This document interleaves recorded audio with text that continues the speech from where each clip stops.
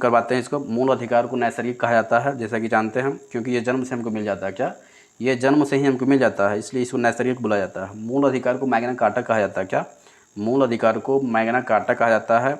इसे यूएसए के संविधान से लिया गया है। क्या ये यूएसए के संविधान से लिया गया है।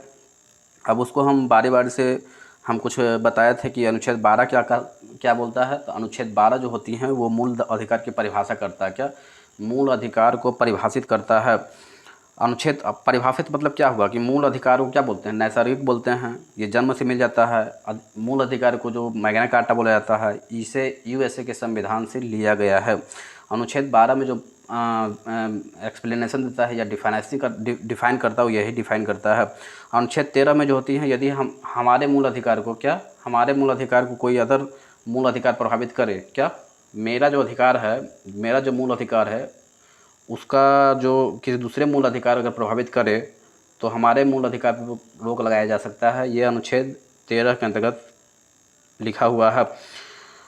फिर नेक्स्ट बताए थे हम कि समानता या समता का अधिकार जो होती है वो 14 से 18 के बीच आती है। 14 से 18 के बीच आती है समता, चाहे समानता बोल सकते हैं इसको।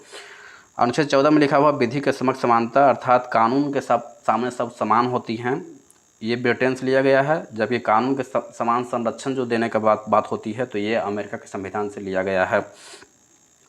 अनुच्छेद 15 जो होती है, जाति, धर्म, लिंग, जन्म स्थान के आधार पर किसी में भेदभाव नहीं होगा, ये 15 में लिखा हुआ है। और 16 लोक निर्वाचन है।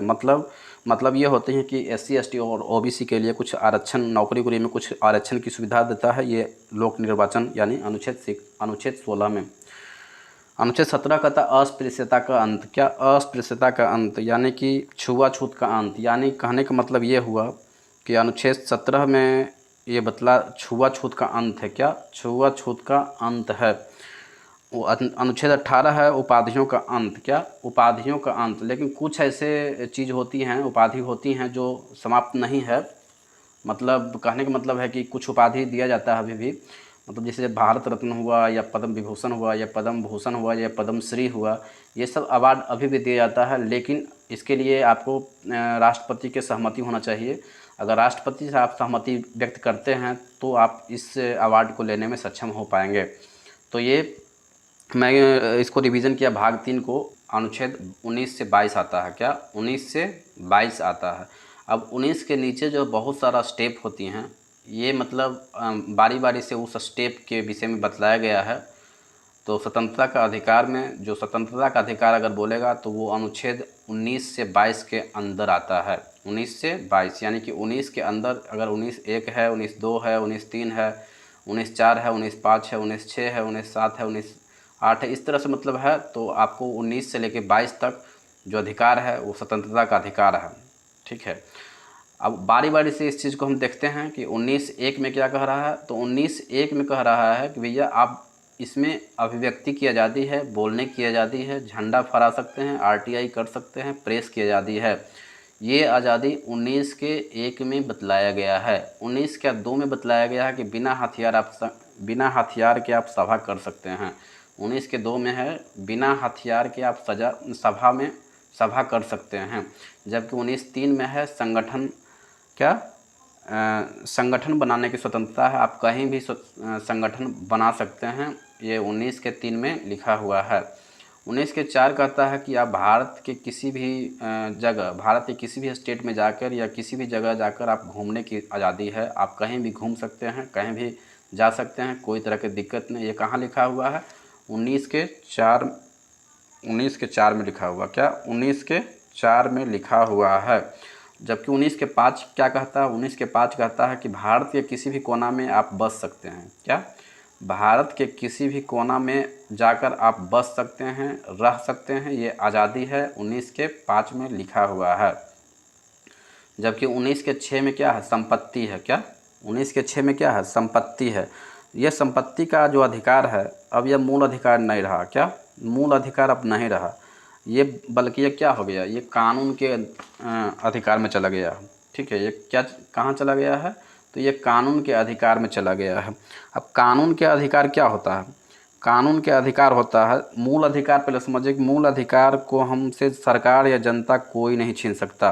क्या अगर आप मूल अधिकार में हैं तो ना तो जनता आपसे छीन सकता है और न ही सरकार आपसे छीन सकता है। जबकि कानून के अधिकार में अब अगर चला जाता है, क्या कानून के अधिकार में अगर जाता है तो जनता तो नहीं छीन सकता, लेकिन सरकार छीन सकता है। क्या जनता नहीं छीन सकता, लेकिन सरकार छीन सकता है।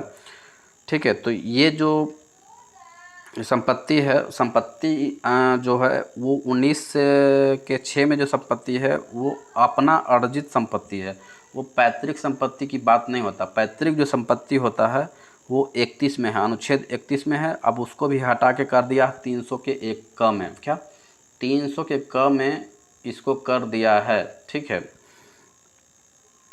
तो ये 19 के मतलब 6 की बात किए। 19/7 जो है व्यवसाय की स्वतंत्रता है, यानी कि 19 के जो 7वां स्टेप है उसमें व्यवसाय के बारे में लिखा है कि आप भारत या किसी भी क्षेत्र में व्यवसाय कर सकते हैं, व्यवसाय की आज़ादी है, बिजनेस की आज़ादी है, आप भारत के किसी भी कोना में बिजनेस कर सकते हैं। ये स्वतंत्रता के अधिकार 19 से 22 के अंतर्गत आता है। अब 20 की बात कर लेते हैं, तो 20 में क्या है, सज़ा है। क्या 20 में सज़ा है। सज़ा मतलब क्या कि अगर आप गलती करोगे तो आपको सज़ा मिलेगा। क्या आप गलती करोगे तो आपको सज़ा मिलेगा। तो इसमें भी 3 गो स्टेप है। ठीक है, 3 स्टेप है। 20 के 1 में है कि आप अगर एक गलती करोगे तो आपको एक ही सज़ा मिलेगा। क्या अगर आप एक गलती कर रहे हो तो आपको एक ही सज़ा मिलेगा। और दूसरा में है 20 के 2 में लिखा हुआ है कि यदि आप सज़ा उस कानून के आधार पर दिया जाएगा जिस वक्त आप करे हो। क्या जिस वक्त आप करे हो उसी के आधार पर आपको सज़ा मिलेगा। मतलब गलती अगर आज किए हो तो आज के आधार पर अगर 20 वर्ष बाद भी आपको सज़ा मिलता है, ठीक है, 20 वर्ष बाद भी आपको सज़ा मिलता है, तो ऐसा नहीं है कि 20 वर्ष बाद का जो कानून रहेगा उसके आधार पर आपको सज़ा मिलेगा। नहीं, अभी जो गलती किए हो ना इसके आधार पर ही 20 वर्ष बाद भी सज़ा मिलेगा आपको। ठीक है, तो ऐसा नहीं है कि आप गलती अभी किए हो और सज़ा अगर 20 वर्ष बाद मिलता है तो 20 वर्ष बाद अगर सज़ा मिल रहा तो 20 वर्ष बाद की जो कानून है उसके आधार पर सज़ा मिलेगा। ऐसा नहीं है। गलती अगर आज की हो, अगर सज़ा मिल रहा है 20 वर्ष के बाद, तो 20 वर्ष के बाद जो सज़ा मिलेगा वो अभी के आधार पर ही मिलेगा। ठीक है, तो ये 20 के 2 में यहाँ पर लिखा हुआ है। 20 के 3 में है। क्या 20 के 3 में है कि सज़ा अगर होता है, ठीक है, सज़ा अगर होता है तो सज़ा के बाद सरकार कानून जो होती हैं वो आपको कैदी रखने की उसका संरक्षण दिया जाता है। क्या सज़ा के बाद भी कैदी को संरक्षण दिया जाता है। ऐसा नहीं कि आप कैदी हो गया तो उसको संरक्षण नहीं मिलेगा। 20 के 3 में अगर कैदी भी हैं तो आपको संरक्षण मिलेगा।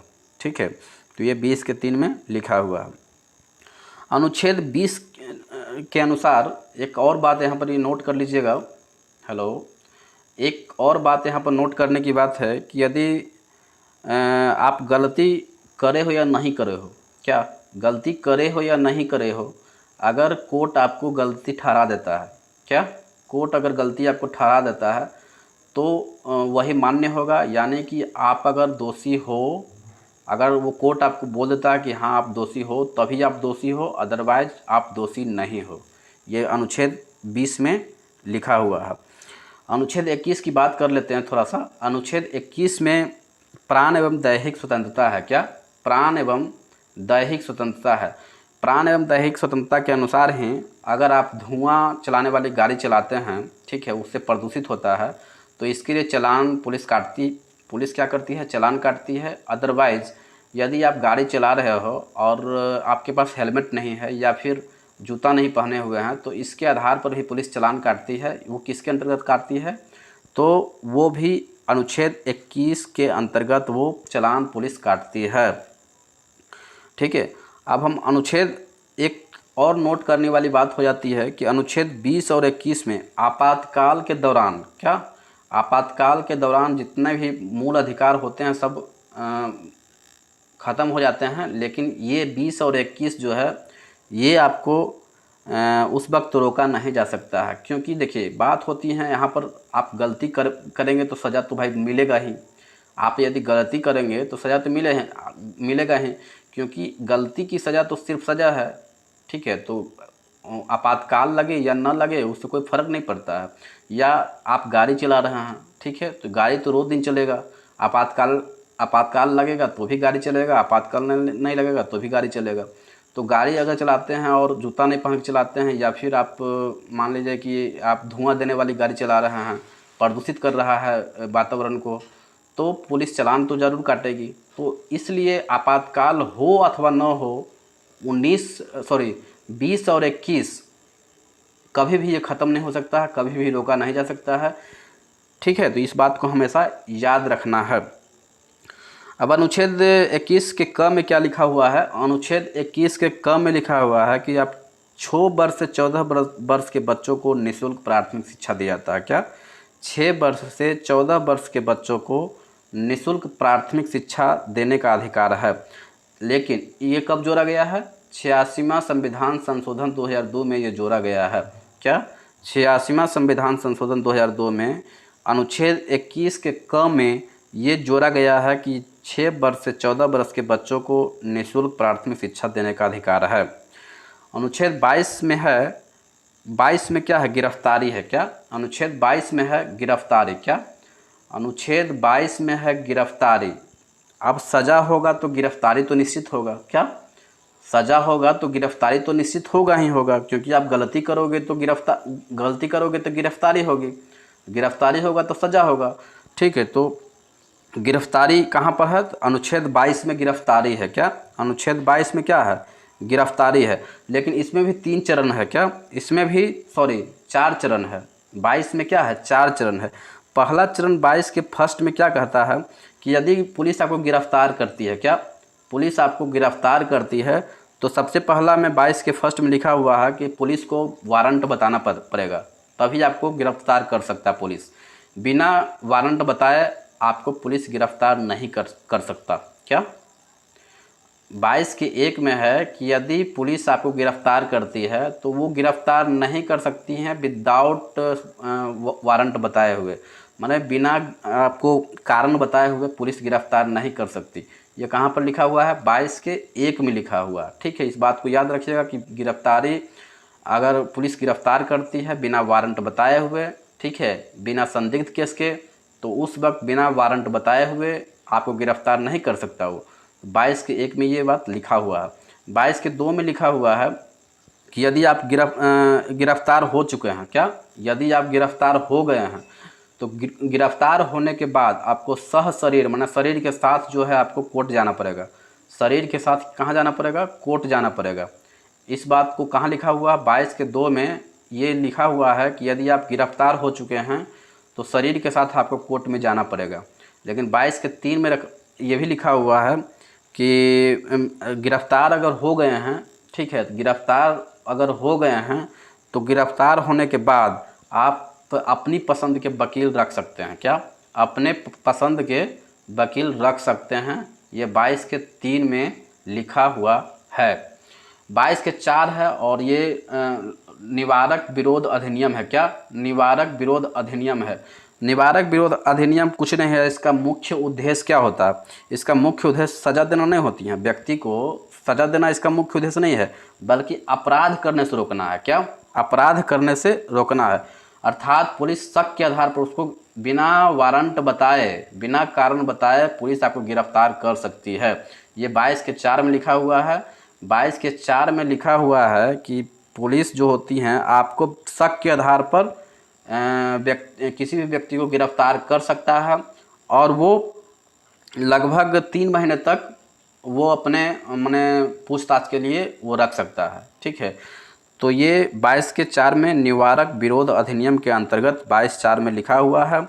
इसको आप समझ गए होंगे मेरे ख्याल से। यही है जो 22 से 3 जो स्वतंत्रता का अधिकार है 19 से 22 ये लिखा हुआ है। ठीक है, तो मैं इसको एक बार फिर से रिवीजन जल्दी से कर देता हूँ ताकि आपको सेकेंड टाइम भी हो जाए और आपको हर तरह की चीज़ आपको दिखाई पड़ने लगे। स्वतंत्रता का अधिकार क्या है? अनुच्छेद 19 से 22 है। 19 के 1 में बोलने अभिव्यक्ति की आज़ादी है, बोलने झंडा फहराने की आज़ादी है, RTI करने के, प्रेस करने की, बिना हथियार अगर सभा कर रहे हैं तो 19 के 2 में है। संगठन बनाना 19(3) में है। घूमने की आज़ादी 19(4) है। बसने की आज़ादी 19(5) है। संपत्ति के अधिकार 19(6) है। लेकिन ये संपत्ति कैसा है? ये संपत्ति अर्जित संपत्ति है। जो अपने संपत्ति बनाइएगा उस संपत्ति के विषय में बात कर रहा है, न कि पैतृक संपत्ति के बारे में बात कर रहा है। पैतृक संपत्ति कहाँ चला गया? पैतृक संपत्ति आपको 300 के कम में चला गया है, इस बात को याद रखेंगे। 19 के 7 में है व्यवसाय, क्या 19 के 7 में है व्यवसाय, यानी बिजनेस आप भारत के किसी कोना में कर सकते हैं। ये स्वतंत्रता के अधिकार अनुच्छेद 19 के अंतर्गत आप कहीं भी बिजनेस कर सकते हैं। 20 में सज़ा है, एक गलती कीजिएगा तो एक सज़ा होगा। सज़ा उस वक्त मिलेगा जिस वक्त आप गलती किए हैं। सज़ा कैदी को संरक्षण ही मिलता है। 20 के 3 में क्या है? कैदी को संरक्षण मिलेगा। 21 में प्राण एवं दैहिक स्वतंत्रता है। यदि आप बिना हेलमेट के रहते हैं, गाड़ी चलाते हैं या धुआं देने वाली गाड़ी चलाते हैं तो पुलिस उस पर क्या करेगी? चालान काटेगी। 21 की कम में है 6 वर्ष से 14 वर्ष के आयु तक के निःशुल्क शिक्षा है। 86वां संविधान संशोधन 2002 में जोड़ा गया है। 22 में है गिरफ्तारी, वारंट बताएगा पुलिस तभी